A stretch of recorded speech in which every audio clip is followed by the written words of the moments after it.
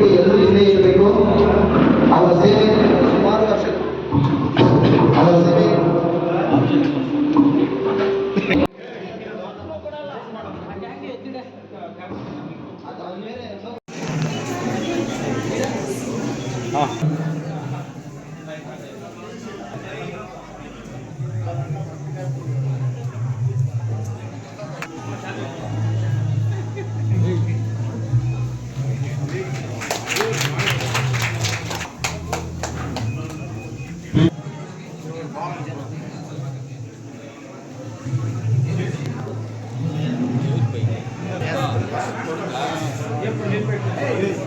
Archines, ಅವರಿಗೆ 89.6% ಗಳಿಸಿದ್ದಾರೆ, 89.6% ಗಳಿಸಿದ್ದಾರೆ. ಅವರಿಗೆ ಅಭಿನಂದನೆಗಳನ್ನು ತಿಳಿಸಿದ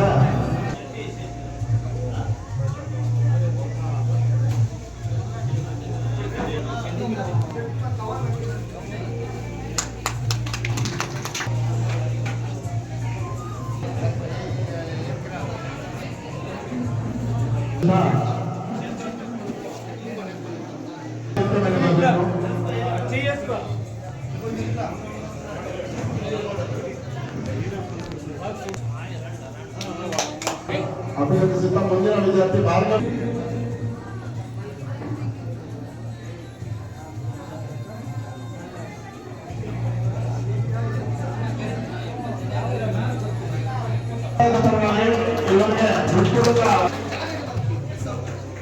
ಮುಂದಿನ ವಿದ್ಯಾರ್ಥಿ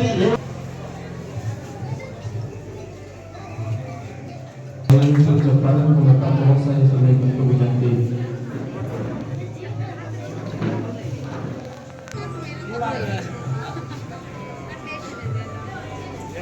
ಕೋಡಳ್ಳಿ ಗ್ರಾಮದ ನಂದಿ ಇಂಜಿನಿಯರಿಂಗ್ ಅಲ್ಲಿ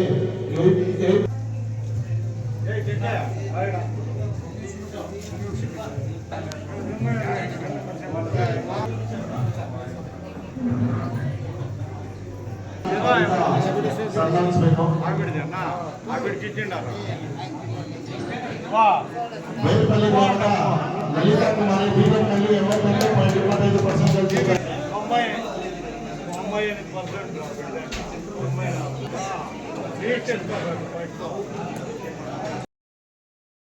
ನಾವು ಇಂಪ್ರೂವ್ಮೆಂಟ್ ಆಗೋದಕ್ಕೆ, ನಮ್ಮ ಕುಲ ಬೆಳೆಯೋದಕ್ಕೆ ನಾವು ಸಹಕಾರ ಮಾಡಬೇಕು. ನಮ್ಮ ಕುಲ ಬೆಳೆಯೋದಂದ್ರೆ ನಾವು ತಲೆ ಭಾಗಕ್ಕೆ ನಾವು ಇಡೀ ಒಂದೇ ಕುಲದವರು, ನಾವೆಲ್ಲ ಅಣ್ಣ ತಮ್ಮಂದರು, ನಾವು ಚೆನ್ನಾಗಿರ್ಬೇಕು, ನಮ್ಮ ಕುಲ ಬೆಳಿಬೇಕು, ನಮ್ಮ ವಂಶ ಬೆಳಿಬೇಕು, ನಮ್ಮ ಅಭಿವೃದ್ಧಿ ಆಗಬೇಕು ಅಂತ ನಾವು ಅಂದ್ಕೊಂಡ್ರೆ ನಾವು 100% ಆಗ್ತೀವಿ. ನಮ್ಮ ಹುಡುಗ ಅರುಣ್ ಅವ್ರು ಹೇಳ್ತಾ ಇದ್ರು, ಒಂದೇ ಒಂದು ಕೋಲಿದ್ರೆ ಮುಗಿದ್ಬಿಡ್ಬೋದು, ಆದರೆ ಒಂದು ಕಟ್ಟೆ ಜಾಸ್ತಿ ಕೋಲಿದ್ರೆ ಮುರಿಯೋಕ್ಕೆ ಆಗಲ್ಲ, ಸಾಧ್ಯವೇ ಇಲ್ಲ ಅಂತ. ಆ ರೀತಿ ನಾವೆಲ್ಲ ಒಂದಾದರೆ ನಮ್ಮನ್ನು ಯಾರು ಏನು ಮಾಡೋಕ್ಕಾಗೋದಿಲ್ಲ. ಈಗ ಪೀಠ ಬೇರೆ ಇದೆ, ಒಂದು ಚೇರ್ಮನ್ ಕೊಟ್ಟಿದ್ದಾರೆ. ನಾವು ಮುಂದೆಲ್ಲ ಈ ಚಾನ್ಸಸ್ ಅಲ್ಲಿ ಇರಲಿಲ್ಲ, ಗುರುಗಳಿದ್ದಾರೆ. ಇದೆಲ್ಲ ನೋಡಿಕೊಂಡು ನಾವು ಬೆಳಿಬೇಕು. ಮಕ್ಕಳು ಇನ್ನೂ ಚೆನ್ನಾಗಿ ಓದಬೇಕು ಕಷ್ಟಪಟ್ಟು. ಬೇರೆ ಈ ಮೊಬೈಲು ಗಿಬೈಲೆಲ್ಲ ಬಿಟ್ಟು ಚೆನ್ನಾಗಿ ಓದಿ ಒಳ್ಳೆ ವಿದ್ಯಾವಂತರಾಗಿ ಸರ್ಕಾರಿ ಅಧಿಕಾರಿಗಳಾಗಬೇಕಾಗಿ ಕೋರುತ್ತೇನೆ. ನನಗೆ ಮಾತನಾಡೋ ಅವಕಾಶ ಕೊಟ್ಟ ಎಲ್ಲರಿಗೂ ಧನ್ಯವಾದ. ಧರ್ಮರಾಯ ಸ್ವಾಮಿ ದೇವಸ್ಥಾನ ಮತ್ತು ವೀರಕುಮಾರ ಸಂಘದ ವತಿಯಿಂದ ಪ್ರತಿಭಾವಂತ ವಿದ್ಯಾರ್ಥಿಗಳಿಗೆ ಪ್ರತಿಭಾ ಪುರಸ್ಕಾರ ಹಮ್ಮಿಕೊಂಡಿದ್ವಿ.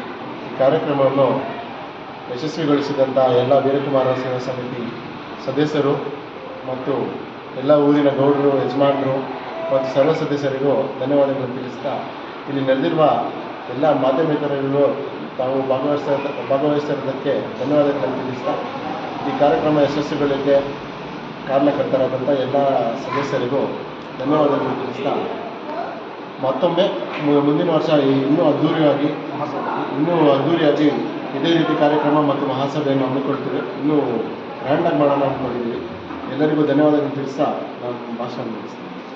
ಒಂದು ಪ್ರತಿಭಾವಂತ ವಿದ್ಯಾರ್ಥಿಗಳಿಗೆ ನಮ್ಮ ಸಮುದಾಯದಲ್ಲಿ ಪ್ರೋತ್ಸಾಹ ಮುಂದಕ್ಕೆ ಬರಲಿ, ರಾಜಕೀಯವಾಗಿ ಶೈಕ್ಷಣಿಕವಾಗಿ ತುಂಬ ಹಿಂದುಳಿದಿದ್ದ ಇರುವ ಕಾರಣ ಶೈಕ್ಷಣಿಕವಾಗಿ ಮುಂದೆ ಬರಲಿ ಅನ್ನೋದಕ್ಕೆ ಒಂದೇ ಒಂದು ಉದ್ದೇಶದಿಂದ ಈ ಕಾರ್ಯಕ್ರಮ ಹಮ್ಮಿಕೊಂಡಿದ್ದೀವಿ. ವಿದ್ಯಾರ್ಥಿಗಳಿಗೆ ಏನು ಹೇಳಲಿಕ್ಕೆ ಬಯಸ್ತಾರೆ? ವಿದ್ಯಾರ್ಥಿಗಳಿಗೆ ಶೈಕ್ಷಣಿಕವಾಗಿ ಮುಂದೆ ಬಂದಷ್ಟು ನಮ್ಮ ಸಮಾಜ ಸದೃಢಗೊಳ್ಳುತ್ತೆ. ಆದ್ದರಿಂದಲೇ ಈ ಒಂದು ಸನ್ಮಾನ ಕಾರ್ಯಕ್ರಮ ಹಮ್ಮಿಕೊಂಡಿದ್ವಿ. ಮುಂದಿನ ದಿನಗಳಲ್ಲಿ ಇನ್ನೂ ಅದ್ದೂರಿಯಾಗಿ ಮಾಡ್ತೀವಿ ಅಂತ ಹೇಳೋದು ಇಷ್ಟ. ಇಂದಿನ ವಿಶೇಷತೆ ಏನಂದರೆ ನಮ್ಮ ದೇವಸ್ಥಾನ ಕಡೆಯಿಂದ ಹಾಗೂ ನಮ್ಮ ಎಲ್ಲ ದೇವಸ್ಥಾನದ ಸಂಘ ಸಂಸ್ಥೆಗಳಿಂದ ಇಂದು ಮಹಾಸಭೆ ಹಾಗೂ ಪ್ರತಿಭಾವಂತ ವಿದ್ಯಾರ್ಥಿಗಳಿಗೆ ಪ್ರತಿಭಾ ಪುರಸ್ಕಾರ ಇತ್ತು. ಇದು ಅದ್ಧೂರಿಯಾಗಿ ಯಶಸ್ವಿಯಾಗಿ ನಡೆದಿದೆ. ಇದಕ್ಕೆ ನಮಗೆ ಸಹಕಾರ ನೀಡಿದಂಥ ನಮ್ಮ ದೇವಸ್ಥಾನದ ಕುಲದ ಗೌಡರು, ಯಜಮಾನರು ಹಾಗೂ ನಮ್ಮ ಹಿರಿಯರು, ನಮ್ಮ ಪನ್ನಿಕುಲ ಕ್ಷತ್ರಿಯ ಎಲ್ಲ ಸಮುದಾಯದ ಜನಗಳಿಗೆ ನನ್ನ ಕಡೆಯಿಂದ ಧನ್ಯವಾದಗಳನ್ನು ಅರ್ಪಿಸುತ್ತಿದ್ದೇನೆ. ಈ ಸಭೆಯ ಮುಖ್ಯ ಉದ್ದೇಶವೇನೆಂದರೆ ನಮ್ಮ ಸಮುದಾಯದ ಪನ್ನಿಕುಲ ಕ್ಷತ್ರಿಯ ಸಮುದಾಯದ ಪ್ರತಿಯೊಬ್ಬರನ್ನು ಒಟ್ಟುಗೂಡಿಸುವ ಸಲುವಾಗಿ ಹಾಗೂ ಎಲ್ಲ ವಿದ್ಯಾರ್ಥಿಗಳ ಅವರು ಎಲ್ಲೆಲ್ಲೋ ಬೇರೆ ಕಡೆ ಎಲ್ಲ ಹೋಗಿ ಸನ್ಮಾನ ಮಾಡಿಸ್ಕೊಬರ್ತಾರೆ. ಅವ್ರು ಯಾಕೆ ನಮ್ಮ ದೇವಸ್ಥಾನ ಇರೋರು ನಮ್ಮ ದೇವಸ್ಥಾನದಲ್ಲಿ ಸನ್ಮಾನ ಮಾಡಿಸೋಣ ಅಂತ ಅವ್ರಿಗೂ ಎಲ್ಲ ಒಳ್ಳೆಯದಾಗಲಿ ಅಂತ ಪ್ರತಿಯೊಬ್ಬರಿಗೂ ಹೆಚ್ಚಿನ ಅಂಕ ಪಡೆದ ಎಲ್ಲ ಮಕ್ಕಳಿಗೂ ಹಾಗೂ ಹೆಚ್ಚಿನ ಅಂಕ ಪಡೆದ ಎಲ್ಲ ಸಮುದಾಯ ವಿದ್ಯಾರ್ಥಿಗಳಿಗೂ ಸನ್ಮಾನ ಮಾಡಿತ್ತು. ಅದು ಅಂದಾಜು 60ರಿಂದ 70 ಜನ ನಮ್ಮ ಸಮುದಾಯ ಜನಗಳು ಈ ವರ್ಷದಲ್ಲಿ ಪಾಸಾಗಿದ್ದರಿದ್ದರು. ಅವ್ರಿಗೂ ಮುಂದೆ ಎಲ್ಲ ಒಳ್ಳೆಯದಾಗಲಿ ಅಂತ ತಿಳಿಸ್ತಾ ನಮ್ಮ ಸಂಘದ ಎಲ್ಲ ಸದಸ್ಯರಿಗೂ ಇಷ್ಟು ದಿನ ಈ ಸಭೆಯನ್ನು ಅತ್ಯಂತ ಯಶಸ್ವಿಯಾಗಿ ಮಾಡಿಕೊಟ್ಟಂಥ ಎಲ್ಲ ನಮ್ಮ ಸಂಘದ ಸದಸ್ಯರಿಗೂ ಹಾಗೂ ನಮಗೆ ಪ್ರೋತ್ಸಾಹ ನೀಡಿ ನಮಗೆ ಈ ಸಭೆಯನ್ನು ಈ ರೀತಿ ಮಾಡಬೇಕು, ಯಾರ್ಯಾರನ್ನು ಗೌರವಿಸಬೇಕು ಅಂತೆಲ್ಲ ನಮಗೆ ಉದ್ದೇಶವನ್ನು ನಮಗೆ ಯಶಸ್ವಿಯಾಗಿ ನಡೆಸಿಕೊಟ್ಟ ನಮ್ಮ ಕುಲದ ಗೌಡರಿಗೆ ಎಲ್ಲರಿಗೂ ನಾನು ಧನ್ಯವಾದ ಅರ್ಪಿಸ್ತೀನಿ. ಧನ್ಯವಾದ. ಈ ವರ್ಷ ಇಲ್ಲಿಂದ ಕೋಲಾರಿಗೆ, ಬೆಂಗಳೂರಿಗೆ, ಅಲ್ಲಿಗೆ ಹೋಗಬೇಕಾಗತ್ತೆ. ನಮ್ಮ ದೇವಸ್ಥಾನ ಮಕ್ಕಳಿಗೂ ನಾವು ಅಷ್ಟು ದೂರ ಹೋಗೋದಕ್ಕೆ ನಾವು ಇಲ್ಲೇ ಮಾಡೋಣ ಅಂತ ನಾವು 14 ಊರು ಸೇರಿರೋದು. ನಮ್ಮದು ಒಂದೇ ಬೇತ್ಮಂಗ್ಲ ಅಂದರೆ ಬರೀ ನಮ್ಮ ದೇವಸ್ಥಾನ ಒಂದೇ ಅಲ್ಲ, 14 ಊರು ಸೇರಿದೆ. ಎಲ್ಲ 14 ಊರು ಆಂಧ್ರನೂ ಸೇರಿದೆ. ನಮ್ಮ ಆಂಧ್ರದಲ್ಲಿ ಬೈರಪಲ್ಲಿ, ಕೊತ್ತೂರು, ವಿಕೋಟ ಕೊತ್ತೂರು ಅದು ಸೇರಿದೆ. ಅವೆಲ್ಲ ಒಟ್ಟುಗೂಡಿ ನಾವು ಇವಾಗ 14 ಊರು ಸೇರಿ ಎಲ್ಲ ಪ್ರತಿಭಾವಂತ ವಿದ್ಯಾರ್ಥಿಗಳಿಗೂ ನಾವು ಸನ್ಮಾನ ಮಾಡ್ತೀವಿ.